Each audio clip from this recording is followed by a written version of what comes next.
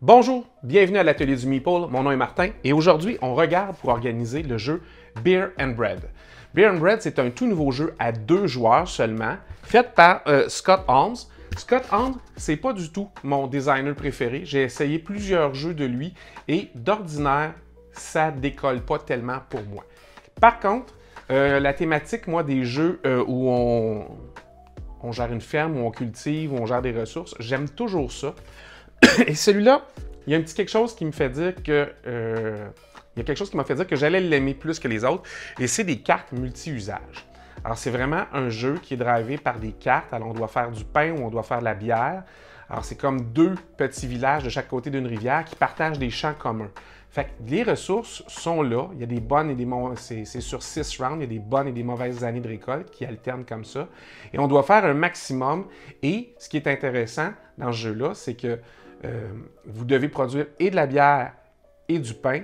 Et à la fin de la partie, c'est votre moins bon score des deux.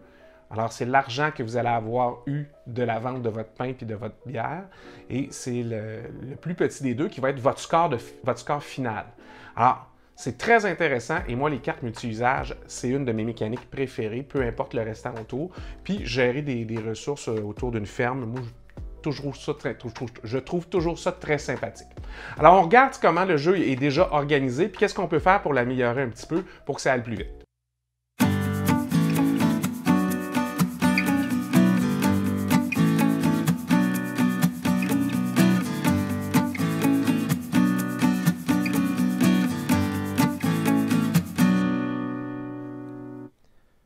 Regardons ce qu'il y a dans la boîte de Beer and Bread. Alors, c'est un tout petit jeu, dans son format de boîte. Vous avez les règles de jeu. Si jamais il y en a qui s'intéressent, j'ai vu que sur BGG, il y a moyen de voir, il y a déjà un mode solo, non officiel, mais il y a un mode solo où vous battez votre propre score. Alors, ça existe déjà, s'il y en a qui s'intéressent, c'est toujours utile. Vous avez le board qui est très bien fait. Board où vous avez les champs communs, les endroits où vous aurez les cartes ici, la piste de tour. Alors, il y a des années où il y a des bonnes récoltes et des années rouges, il y a des moins bonnes récoltes.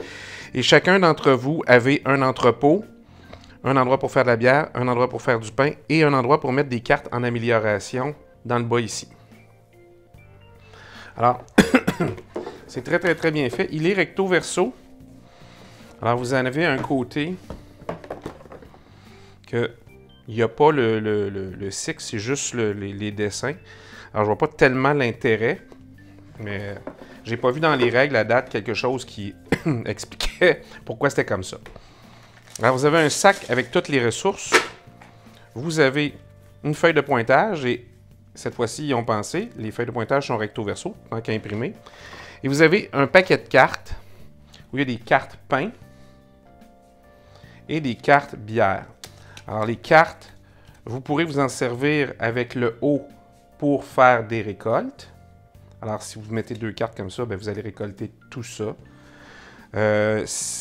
Vous avez les points en argent que ça va vous donner à la fin. Et pour faire la bière, vous devez avoir récolté tous ces ingrédients-là. Ou vous pouvez faire des améliorations que vous placez sous votre plateau. Alors, sous le plateau. Alors, vous les glissez comme ça en dessous. Et vous avez des améliorations comme ça qui viennent vous aider dans le jeu. Alors, c'est très, très simple.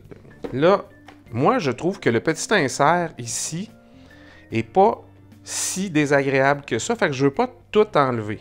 Fait que je vais probablement faire un rangement pour mettre ça dans le fond, en séparant les ressources, puis en ne le faisant pas monter jusqu'en haut, pour laisser un peu de place pour ça ici, sur le dessus. Fait qu'il va y avoir un rangement, puis ça sur le dessus. Les cartes, je vais probablement faire comme d'habitude, un petit étui à cartes. Puis je verrai ce qui rentre, parce que là, il y a le jeton pour les tours, comme ça ici. Puis il y a le jeton premier joueur, comme ça ici, qui est un moulin. Fait que je ne sais pas si je vais avoir de la place pour toutes les mettre. Sinon, je vais peut-être profiter d'une des petites cases ici pour faire quelque chose. Je n'ai pas décidé encore exactement comment je vais faire ça. Fait que je bricole tout ça, puis je vous reviens. Alors, regardons ce que j'ai réussi à faire quand même. Je suis assez content. J'ai préservé à peu près tout l'essentiel de la boîte. Ah, encore les règles, encore le plateau de jeu. Alors, comme je vous disais, j'ai fait une boîte, mais je ne l'ai pas faite trop haute pour que ça s'embarque par-dessus sans que ça vienne dépasser du restant de l'insert qui était déjà là. J'ai fait une pochette pour pas que les cartes bougent, évidemment. Et j'ai fait une petite boîte que j'ai encastrée ici. Alors, j'ai juste découpé un espace pour mettre le jeton premier joueur et le jeton compte tour parce que... Et là, vous voyez que j'ai mis un petit ruban pour aider à sortir ça. C'est pas nécessaire, mais comme c'est difficile à aller chercher, puis que je veux pas que ça sorte exactement comme ça, voyez-vous, ben, j'ai fait un rangement. C'est pour éviter que ça se mélange aussi comme ça. Hein, ça a l'air de rien. Alors, j'ai fait un rangement pour les ressources, puis je me suis arrangé pour qu'on puisse les séparer. Ça rentre très, très juste. Alors, pour ceux qui aiment l'organisation extrême, ben, vous me faites le petit séparateur comme ça. On en a déjà fait. Si vous allez voir ma vidéo sur mes pliages les plus utiles, vous allez trouver comment faire ça.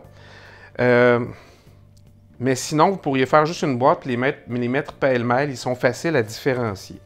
Alors, quand on veut le ranger, on remet le couvercle, évidemment. Et on fait juste mettre la petite sleeve comme ça, par-dessus. Puis c'est juste pour aider à le sortir. Vous remettez votre calepin. Et il manquera un crayon, peut-être éventuellement. Je n'en mets pas dans tous mes jeux. Mais au moins... on a un petit Beer and Bread bien organisé. Beer and Bread, ça n'a pas été trop long à organiser.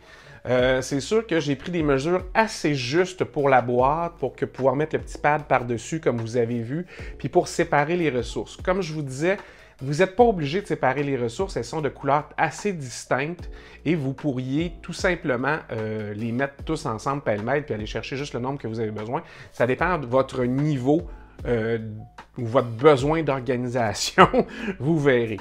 Mais dans les deux cas, ça rentre très très juste. Et je ne voulais pas défaire l'insert qui est déjà là parce que je trouvais qu'il est quand même pas mal et que c'est juste une petite touche d'organisation supplémentaire. Alors, tu sais, 2 boîtes en origami puis une petite sleeve pour mettre pour des cartes, c'est fait assez rapidement. Alors, je suis assez content du résultat. J'espère que vous allez apprécier. Puis je vous invite vraiment à essayer ce jeu-là. C'est vraiment fort sympathique. Alors, n'hésitez pas, si vous avez des questions, posez-les sous la vidéo. Vous pouvez vous abonner à la chaîne en activant les cloches. Comme ça, la prochaine fois qu'il y a une vidéo qui sort, bien, vous allez être mis au courant. Alors, en attendant, nous, on se revoit la prochaine fois. Amusez-vous bien.